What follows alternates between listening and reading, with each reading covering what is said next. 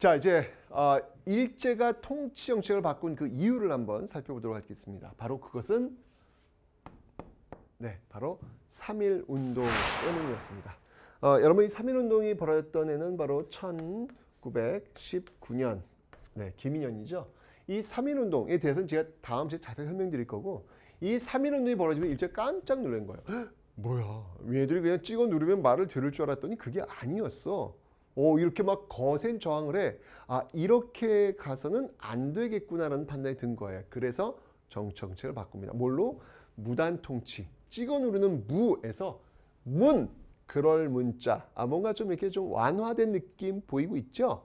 그래서 소위 문화 통치를 바꾸고 있는데, 근데 여러분들 이게요, 이 문화 통치의 이 모습들을 잘 들여다보면 이것은 바로 민족 분열을 지향하는, 민족 간의 어떤 그 분열을 지향하면서 시행을 하고 있는 굉장히 고난도의 기만책들이다. 아주 기만적이에요. 아주 정말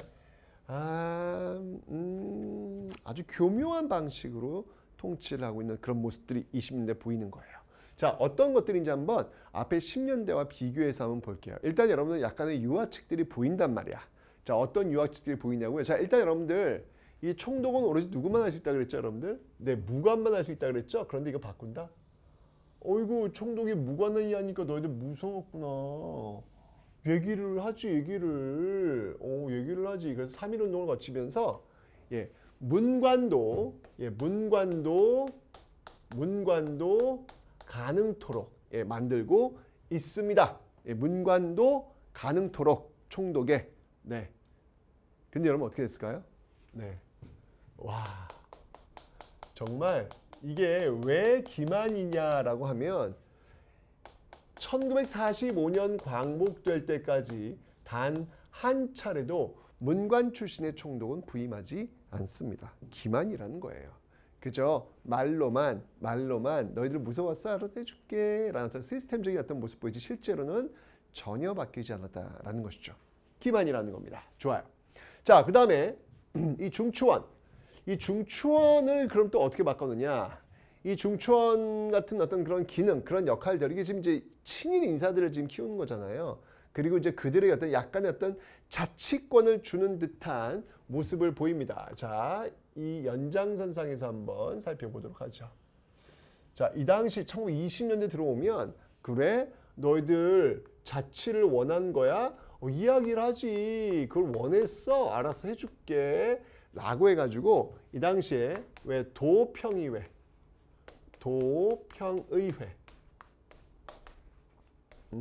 그 다음에 부면협의회 이런 것들을 만들어줘요.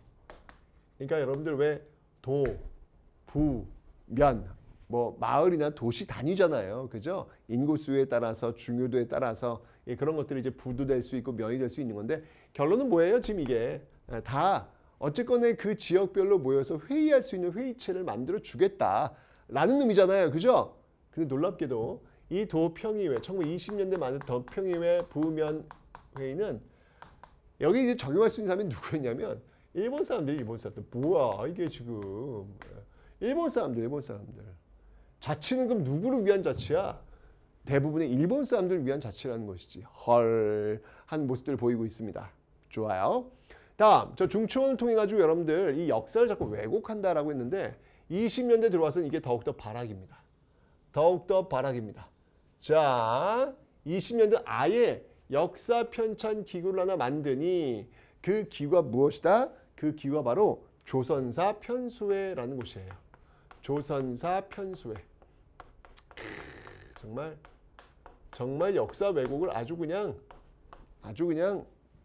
엄청 하죠. 뭐 예를 들면 식민사관. 식민사관 말 그대로 식민사관. 예를 들면 뭐 당파성론이라든지 우리는 만났다 하면 싸운다는 거예요. 그 다음에 정체성론이라든지 우리 역사는 발전하지 않았다는 거예요. 그러니까 우리 역사를 아주 그냥 진짜 별거 아닌 그런 모습들을 지금 보고 있는 그런 모습들, 이런 것들이 지금 조선사 편수를 통해서 지금 만들어지고 있다라는 이야기입니다. 됐죠? 그 다음에 자, 저 헌병 경찰 있잖아요. 직결 처분 태형했던 이 헌병 경찰. 이 헌병 경찰들을 또 이제 바꿔줘요. 어이구, 너희들 헌병이 무서웠어. 얘기하지. 알았죠. 너희들이 무섭지 않은 보통 경찰로 바꿔줄게 라고 해서 보통 경찰로 바꿉니다. 이제 우리가 일반적으로 하는 경찰이 된 거예요. 어찌 보면 정상적으로 돌아온 듯한 그런 모습들로 보이죠.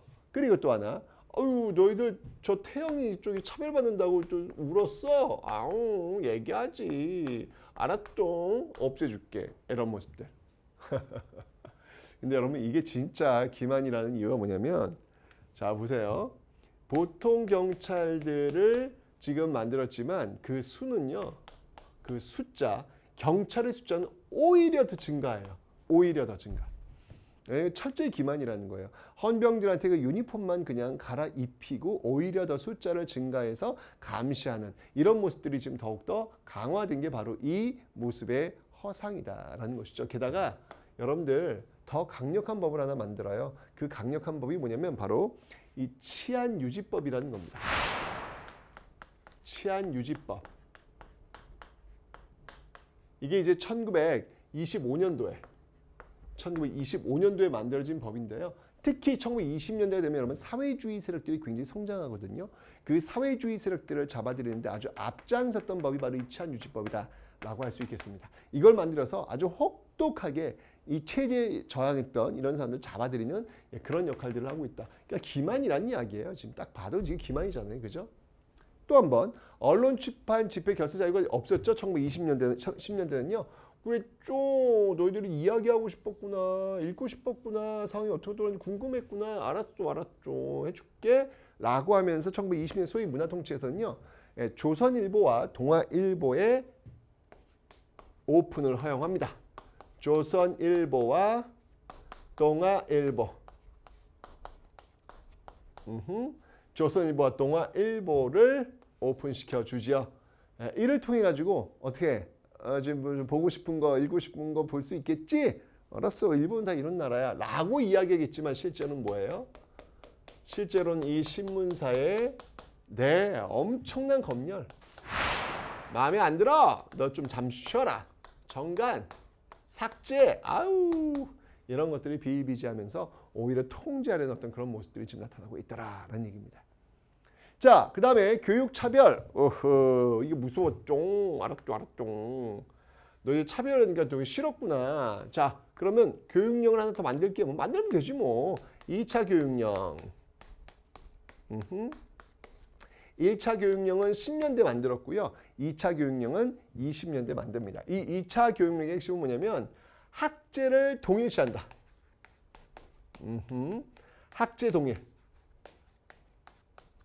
네, 그래서 한국과 일본이 같이 갈 수 있도록 한다라는 건데, 사실 이제 이런 것들에 힘입어서 나왔던 운동이 뭐냐면 바로 대학을 세우자라는 운동이었어요. 우리도 이제 똑같은 학제가 되니까 그럼 우리 애들도 이제 가서 고등교육을 받을 수 있도록 하자라는 거였는데, 네, 일제가 또 당연히 허용할 리가 없겠죠. 이것도 역시 기만이라는 거예요. 일제가 여러분들 그래서 세웠던 학교가 있죠. 그 학교가 바로 경성제국대학.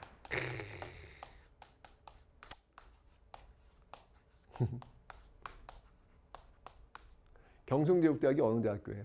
지금의 서울대학교. 그죠? 일제의 어떤 그 식민 통치 지배를 위해서 세웠던 학교가 바로 이 경성제국대학인데, 누가 그러더라고요. 보니까 저희 옛날에 그 원서 쓸 때 어느 한 학생이 그런 얘기를, 선생님, 저는 서울대학교는 원서 쓰지 않겠습니다. 그러는 거예요. 왜? 경성제국대학교의 후신 서울대학교에 가는 것은 민족의 자존심이 용납하지 않습니다. 라고 얘기를 하는 거예요. 그래서 제가 그랬죠. 넌 어차피 못 가. 그 친구도 아마 알면서 이게 수업시간에 배웠다 이거지. 경성제국대학 서울대학교 연결이야? 그래? 선생님 전 그래서 안 갈래요. 뭐 이렇게 호기롭게 이야기했던 그런 기억이 납니다. 네, 어쨌건 어떻게 본다면 좀 이렇게 아픈 그런 어떤 역사의 한 부분이 아닐까라는 생각이 들어요. 그러니까 경성제국대학이 1920년대 어떤 이런 그 결과물 속에서 지금 만들어지고 있다라고 하는 것을 좀 여러분들 좀 기억하시면 되겠습니다. 됐죠? 그러니까 굉장히 여러분들 기만적이죠. 굉장히 지금 내용들이 보면은 뭔가 좀 바뀌는 듯하지만 실제로 보면 이게 다 기만이에요. 다 기만. 이게 바로 1920년대 일제 통치 정치의 어떤 그 핵심이다라고 여러분 생각하시면 되는 거예요. 오케이? 자, 그렇다면 정치는 이랬고 경제를 한번 봅시다. 경제. 경제에서 어떤 모습들이 있는지. 자, 지금 1910년대에 땅을 뺏었어. 그죠? 자, 그러면 20년대에서는 그 땅에서 나오는 식량들을 가져가면 될 거 아니야. 이게 다 단계가 있는 거라고요. 다 계획이 있는 거라고요. 자, 그래서 1920년대 취했던 것은 바로 이 산미증식 계획이다라는 겁니다. 자, 그런데 문제는 뭐냐면 이 산미증식 계획 좋아요. 증산에 성공했다 안 했다? 증산에 성공합니다. 예, 증산에는 성공해요. 증산에는 성공합니다. 그런데 문제는 뭐냐면 이 증산량보다 증산된 거 그럼 가져가면 될 거 아니야. 이것도 열받는데 문제는 뭐냐면 수탈량, 목표한 수탈량이 더 많다는 거예요. 목표한 수탈량이 더 많다라는 거예요. 이건 아니지. 증산은 했어. 그래, 그럼 가져가. 근데 중요한 건 뭐냐면 그것뿐만 아니라 더 가져가는 거야. 그럼 뭐야? 우린 열심히 일해가지고 쌀도 못 먹고 뭐 하는 거야? 대책 마련. 그 대책을 어떻게 하냐면 야, 이것도 정말 그 대책을 바로 만주에서 아주 값싼 이 잡곡을 수입해 와서 이 문제를 해결하고 있더라. 헐. 게다가 여러분들 이 방법이 어떤 방법이냐면 계량이라든지 증산을 했으니까 그죠? 또는 개간이라든지 그다음에 종자라든지 씨앗 그다음에 이제 비료라든지 또는 수리시설 저수지 이런 것들을 통해 가지고 증산에 성공했단 말이에요. 성공했는데 문제는 뭐냐면 이 비용들을 다 농민들한테 전가하고 있다. 비용들을 농민들한테 전가하고 있다. 허허이 큰일 났네. 큰일 났네. 농민들의 삶은 더욱더 어려워지겠구나라는 거. 그리고 여러분들 이 쌀, 오로지 우리나라는 이 쌀만을 가져가기 위한 그 기지를 전락해요. 그러니까 모두 다 쌀만 키워야 돼. 그 결과가 어떤 결과로 오냐면 쌀의 단작화 현상. 쌀만 키운다는 얘기예요. 다양성이 떨어졌다는 이야기야. 쌀의 단작화 현상 그리고 쌀의 상품화 현상. 이런 모습들이 지금 나타나면서 농민들의 삶은 더욱더 어려워지게 되었다라고 하는 거. 이게 산미증식 계획의 실체고 20년대 모습이다라는 겁니다. 또 있어요, 여러분들. 1920년대가 되면 여러분들 이 회사령 있잖아요. 이 회사령을 어떻게 하냐면 여기 지금 있죠. 이 회사령을 쭉 갑니다. 이 회사령을 폐지를 해요. 네, 이 회사령을 폐지합니다. 회사령 폐지. 오호. 이걸 회사령을 폐지하면서 이거를 신고제로 전환을 시켜요. 이제 누구나 다 회사를 세울 수 있도록 그냥 세우고 신고만 하면 돼. 허가 안 받아도 된다는 이야기야. 그럼 선생님 좋은 거 아닌가요? 이게 무슨 말이냐면 여러분 1910년대 왜 회사령을 제정했냐면 이런 이유가 있었어요. 아직 일본 내, 국내 일본 자본이 성숙하지 않은 거야. 그러니까 이 일본 자본이 외국으로 빠져나가는 것을 막을 필요가 있었던 거예요. 그래서 회사령이란 걸 만들어서 일본 자본이 이 조선에 들어오는 것을 막고자 하려는 그런 의지가 있었던 거예요. 물론 우리나라 민족 자본의 성장도 막으려고 했지만. 그런데 10년 동안 그 자본의 축적이 이루어져. 그러니까 돈을 좀 많이 벌었다는 이야기야. 쉽게 얘기하면. 많이 벌었으니까 이걸 투자를 해야 된단 말이에요. 이제 드디어 조선의 문을 열어주는 겁니다. 그래서 회사령을 아예 폐지하고 신고만 하면 이 일본의 거대 자본들이 마구 들어올 수 있는 그 길을 열어놓고 있더라라고 하는 거예요. 게다가 관세마저도 폐지합니다. 와우. 관세마저도 폐지합니다. 자, 이러니까 지금 이 거대 자본들, 일본 거대 자본들이 밀고 들어오면서 관세도 내지 않아? 그럼 여러분들 이들과 경쟁해야 될 국내 자본가들은 어떨까? 이거 위기죠, 위기. 그죠? 그래서 여러분들 나중에 배울 거예요. 1920년대 바로 이런 현상 때문에, 이런 상황 때문에 이 국내 자본가들이, 민족 자본가들이 위기를 의식을 느꼈고 이걸 타개하고 싶어서 바로 물산 장려 운동. 물산 장려 운동. 국산품 써주세요. 우리 민족 자본이 만든 거 써주세요라는 이런 물산 장려 운동을 전개하게 된다. 이런 배경에서 지금 나타나고 있다라는 것이죠. 자, 1920년대는 이건 정말 더욱더 교묘하게 통치하고 있는, 빼나가고 있는 그런 모습들이 지금 정치와 경제 면에서 나타나고 있습니다. 자, 그런데 일제가 말이죠, 여러분들. 이렇게 교묘한 통치술에서 이제 아주 노골적으로 모든 걸 다 쪽쪽쪽 빼가는, 정말 이판사판, 너 죽고 나 죽자, 나중은 없다, 뭐 이런 어떤 막갑한 모습이 등장하게 될 거예요. 30년대 뒤에서는. 왜 그랬을까? 도대체 어떤 이유일까? 무슨 이유로 이들의 정책은 또 이렇게 바뀌게 되었을까? 소위 문화통치 1920년대 그 이후 30년대의 모습, 지금부터 한번 살펴보도록 하겠습니다.